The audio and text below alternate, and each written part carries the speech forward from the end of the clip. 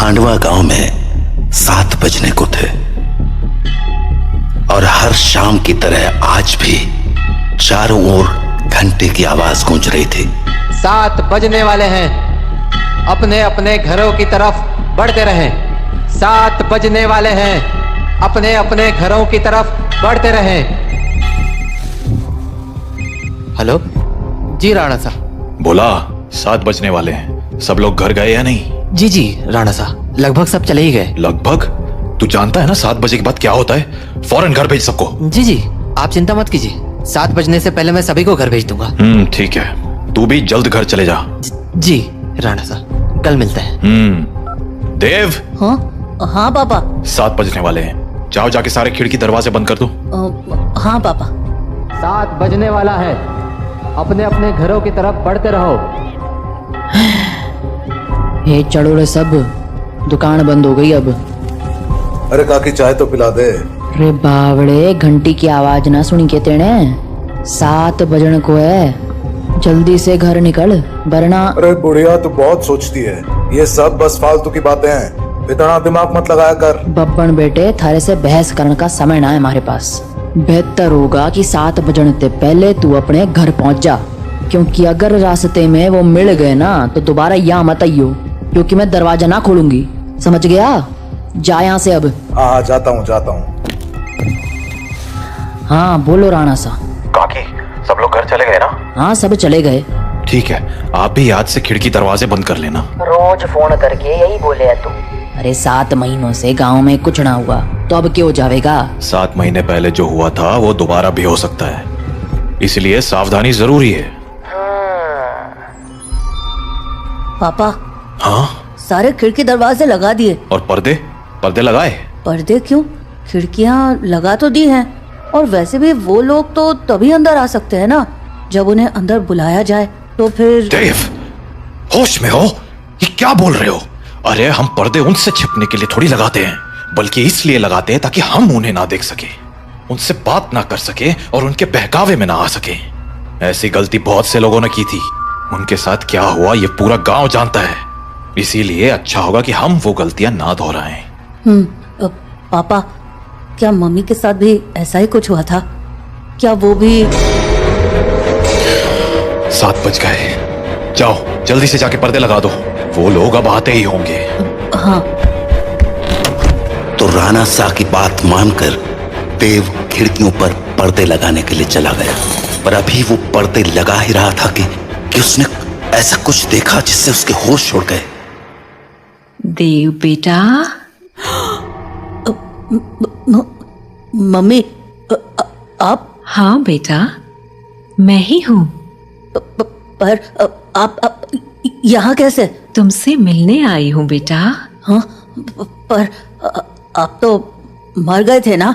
नहीं तो, देखो मुझे, मैं तो जिंदा हूँ। लेकिन पापा ने तो बोला आप मर चुके हो। फिर? तुम्हारे पापा झूठ बोल रहे हैं बेटा। मतलब आप मरे नहीं हो?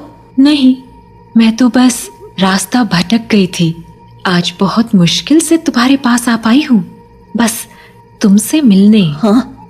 सच्ची? हाँ बेटा, हाँ। अब चलो मुझे अंदर आने दो, 7 बज गए हैं, वो लोग आते ही होंगे।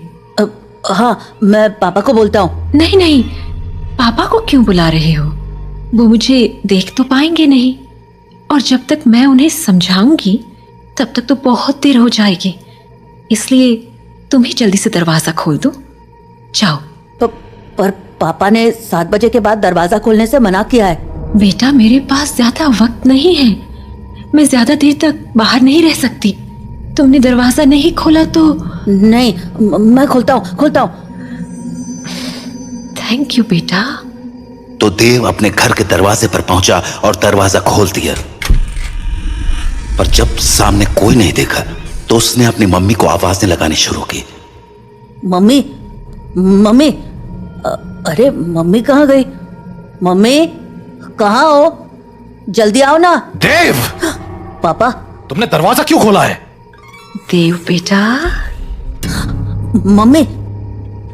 देव मम्मी को अपनी ओर आते देख ही रहा था कि तभी राणा शाह ने एकदम से लाइट्स बंद कर दी और लाइट के अचानक बंद होते ही देव पीछे पलटा तो उसके सामने अंधेरे में राणा सा खड़े थे, जो देव को चुप रहने का इशारा कर रहे थे। देव बेटा, अरे कहाँ चले गए तुम? देखो मैं आ गई। मम्मी से नहीं मिलोगे? देव, देव। नंदिनी देव को आवाज लगा रही थी, पर वो वहां था ही नहीं, क्योंकि राणा सा ने उसे बगल वाले कमरे में छिपाकर दरवाजा बंद कर दिया था। पापा बाहर मम्मी थी और देव शांत हो जाओ, मैंने कहा था ना तुम्हारी मम्मी मर चुकी है। पर पापा उन्होंने बोला वो जिंदा है और देव बेटा, तुम अंदर हो ना? दरवाजा नहीं खोलोगे? तुम्हारी मम्मी आ गई। दरवाजा खोलो बेटा। पापा। श्श, कोई आवाज मत करो। लेकिन पापा, मुझे मम्मी से मिलना है। श्श, तुम्हें अगर सच में लगता है कि वो तुम्हारी मम्मी है तो उनसे कल सुबह मिल लेना, ठीक है? पर अभी के लिए शांत हो जाओ। राणा सा, ओ राणा सा, अरे मिलने दो ना मुझे देव से। कब तक झूठ बोलोगे उससे कि मैं मर चुकी हूँ? राणा सा, आप सुन रहे हो ना? पापा। बेटा बिल्कुल भी ध्यान मत दो और आंख बंद करके सो जाओ। पर पापा, मम्मी ये क्या बोल रही है? शांत रहो देव, कल सुबह मैं तुम्हें सब समझा दूंगा, पर अभी के लिए चुपचाप आंखें बंद करो और सो जाओ। तो देव अपने पापा के कंधे पर सर रखकर सो गया, और जब सुबह हुई तो राणा सा देव को आवाज लगाते हुए बोले, देव उठ जाओ, सुबह हो गई है। हाँ, सुबह हो गई तो मम्मी से मिल सकते हैं ना अब? आओ मेरे साथ, तुम्हें तुम्हारी मम्मी से मिलाता हूं। लेकिन जैसे ही दोनों कमरे के बाहर आए वहां कोई नहीं था। हाँ? मम्मी कहाँ गई? मैंने कहा था ना कि वो तुम्हारी मम्मी नहीं थी। पापा, वो मम्मी जैसे ही बात कर रही थी।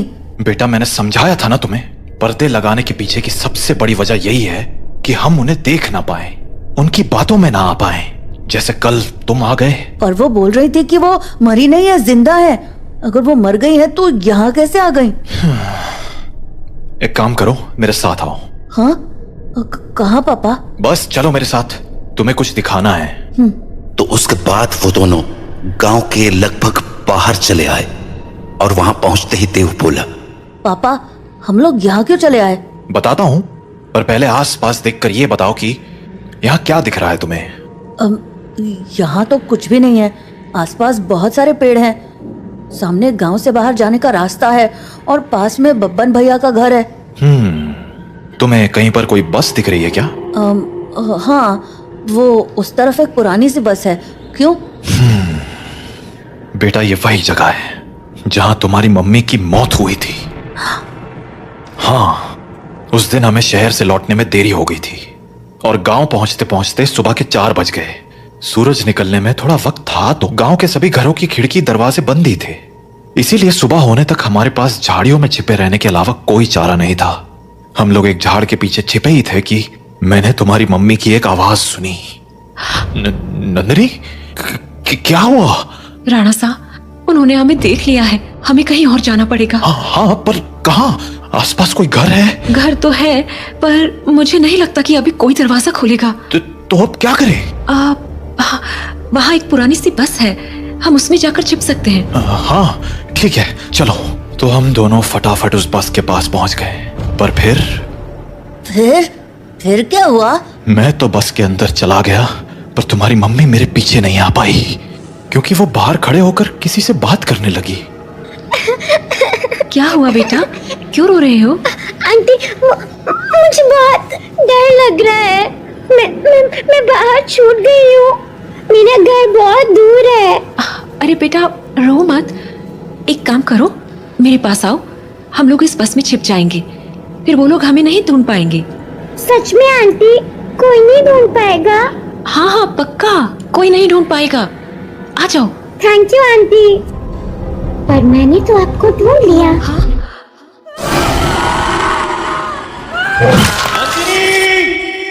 मैं नंदिनी को बचाने के लिए बस के बाहर जाने लगा, पर तब तक बहुत देर हो चुकी थी। बस को उन लोगों ने चारों तरफ से घेर लिया था। हेलो अंकल, बाहर आओ ना, खेलो हमारे साथ। और शायद मुझे देखकर हंसे जा रहे थे। उन आवाजों को सुन मैं इतना घबरा गया कि अपनी जगह से हिल भी ना पाया। पर थोड़ी देर बाद वो आवाजें आनी बंद हो गईं और गांव के लोगों की आवाज सुनाई देने लगी। मैं समझ गया था कि सुबह हो चुकी थी, तो मैं बस के बाहर निकलकर तुम्हारी मम्मी को आवाज लगाने लगा। पर वहां अब कोई नहीं था। मैं कई दिनों तक उसके लौटने का इंतजार करता रहा, पर वो नहीं लौटी। फिर जब गांव वालों ने मुझे बताया कि रात 7 बजे के बाद उन बाशिंदों के साथ नंदिनी भी शिकार पर आती है, तो मुझे इस गांव का एक गहरा राज समझ आया। क्या राज? यही कि जो लोग रात को इस गांव में आते हैं वो इसी गांव के रहने वाले थे, पर उनकी मौत के बाद वो ऐसे बन गए। मतलब कल जिसे मैंने देखा वो तुम्हारी मम्मी नहीं थी बेटा, क्योंकि मरे हुए लोग वापस नहीं आया करते, इंसान बनकर तो बिल्कुल नहीं।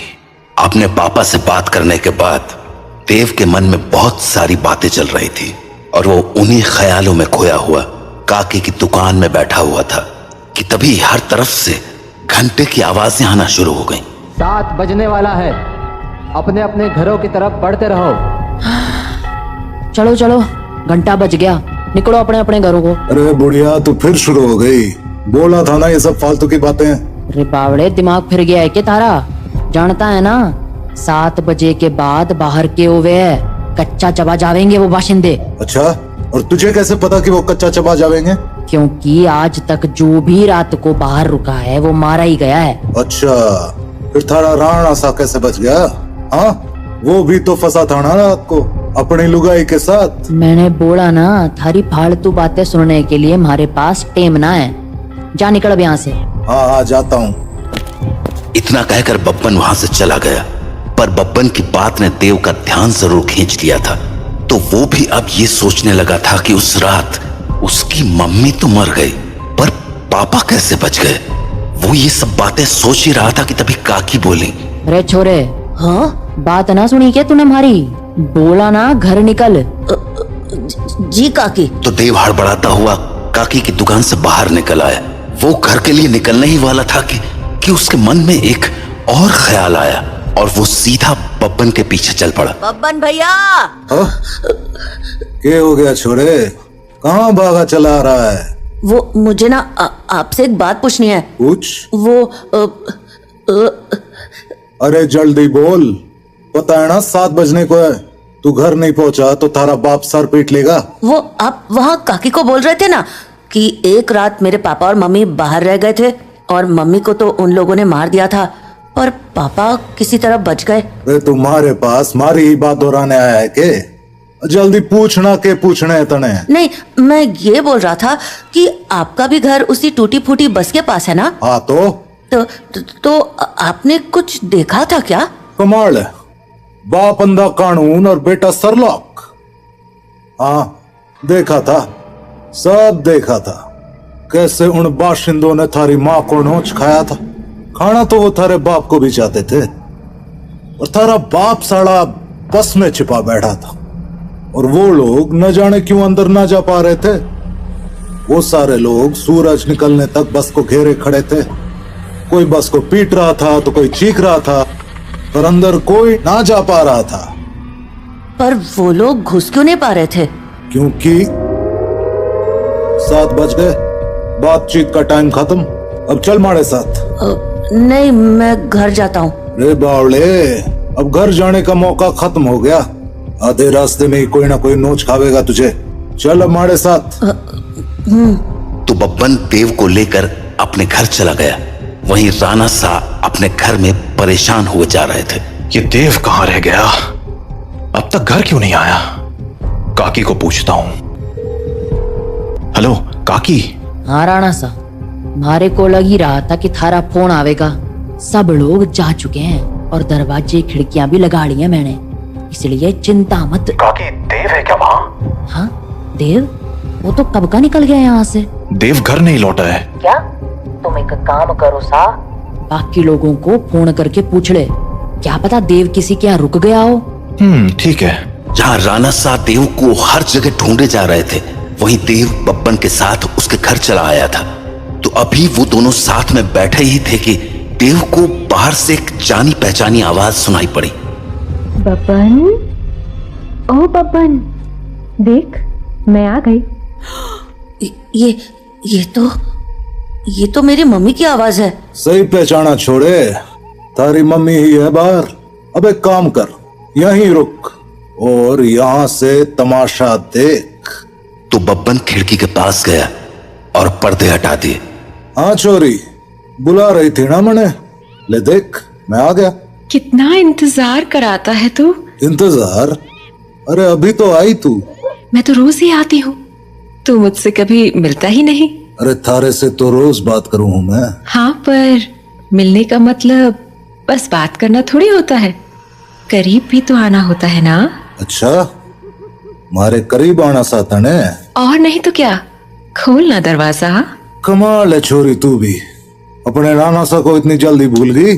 जो राणा सा देखेंगे नहीं, वो उन्हें पता कैसे चलेगा। कमाल है तू भी। वैसे थारे बेटे का क्या, वो तो देख सके है ना। ओफो बब्बन, तू भी ये क्या बातें करने लगा। हम दोनों के बीच में किसी दूसरे का क्या काम। जाना, दरवाजा खोल देना, मुझे तेरे से अच्छे से मिलना है।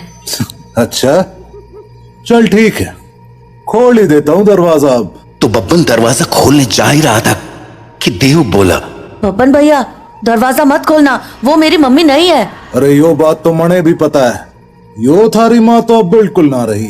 अरे बब्बन भैया मैं सच कह रहा हूँ, वो इंसान नहीं है।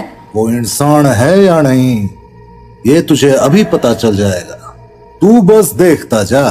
तो इतना कहकर बब्बन ने दरवाजा खोल दिया और सामने खड़ी नंदिनी से बोला, हाँ छोरी, मिलना था ना तने मारे से, आजा अंदर आजा। बब्बन की बात सुनकर देव के तो होश ही उड़ गए, पर तभी कुछ अजीब हुआ। उसने देखा कि उसकी मम्मी दरवाजे पर तो खड़ी थी, पर दरवाजे से अंदर नहीं आ रही थी। क्या हो गया, रुक क्यों गई, आजा अंदर। नंदिनी कुछ देर तो वैसे ही खड़ी रही, पर फिर बोले, तू बाहर क्यों नहीं आ जाता बब्बन, मैं तुमसे यहीं मिल लूंगी। अरे अभी तो अंदर बुलाने को कह रही थी, अब बाहर बुला रही। देख छोड़ी, आना तो तुझे ही पड़ेगा, अब सोच ले। तू भी ना बब्बन, कितना इंतजार कराएगा, आ जाना बाहर। नंदिनी के जवाबों को सुनकर देव के मन में बहुत सारे सवाल उठने लगे थे, जैसे कि उसकी मम्मी घर के अंदर क्यों नहीं आ रही थी और वो बार बार बब्बन को बाहर आने को क्यों कह रही थी। देव धीरे धीरे बब्बन के पास पहुंच गया, पर इससे पहले कि वो बब्बन से कुछ पूछता, उसे नंदिनी ने देख लिया और वो बोली, अरे बेटा देव, तुम भी यहाँ हो, आओ ना, मम्मी से नहीं मिलोगे, कल हम मिल नहीं पाए थे ना, आ जाओ आज मिलते हैं। देखो बाहर तुम्हारे साथ खेलने के लिए इतने सारे बच्चे भी हैं, हम खूब मजे करेंगे, आ जाओ बेटा। नंदिनी और उसके साथ उन बच्चों की टोली को देखकर देव को डर तो बहुत लगा, पर उसने नंदिनी की बातों पर ध्यान न देते हुए बब्बन से पूछा, बब्बन भैया दरवाजा तो खुला है और आपने मम्मी को अंदर आने को भी बोल दिया है, फिर वो अंदर क्यों नहीं आ रही हैं? और ये बच्चे भी बाहर ही खड़े हैं, क्यों? समझदार लगे तू, सही सवाल पूछना जाने। हाँ मतलब यो कि जिस रात मैंने थारी माँ को मरते हुए देखा, उस रात मैं भी यही सोच रहा था कि आखिर इन बाशिंदों ने थारे बाप को क्यों नहीं मारा, वो बस के अंदर क्यों ना गए। तो अगली सुबह मैं बस के अंदर गया, ये देखने कि आखिर वहां ऐसा था क्या जिसने उन बाशिंदों को रोक दिया था। पहले तो मुझे कुछ समझ नहीं आया, पर फिर मुझे जवाब मिल गया। क्या जवाब? वो देख, हाँ? यो है रुद्राक्ष की माला, यही वो चीज थी जिसने थारे बाप की जान बचाई थी। बस के अंदर यही लटकी हुई थी। मुझे इसके पीछे की वजह तो ना मालूम है, पर इतना जरूर पता है कि इस रुद्राक्ष की माला को दरवाजे पे टांग दो तो ये साले चाके भी घर के अंदर नहीं घुस पाएंगे। सच में? और नहीं तो क्या? तो आपको पक्का पता है कि ये इसी रुद्राक्ष के कारण अंदर नहीं आते हैं? रुद्राक्ष उतार के दिखाऊं? देखेगा क्या होता है? नहीं नहीं नहीं। छोरे, ये कोई पहली बार नहीं कराया मैंने। सारी जांच करने के बाद ही अपने दरवाजे पे टांगा है इस रुद्राक्ष को, समझ गया? ये ले, थारे बाप ने फोन में ला दिया। हेलो, हाँ राणा सा, हाँ हाँ चिंता ना करो, थारा छोरा हमारे पास ही है और पूरी तरह सुरक्षित है। चलो, शुभ रात्रि।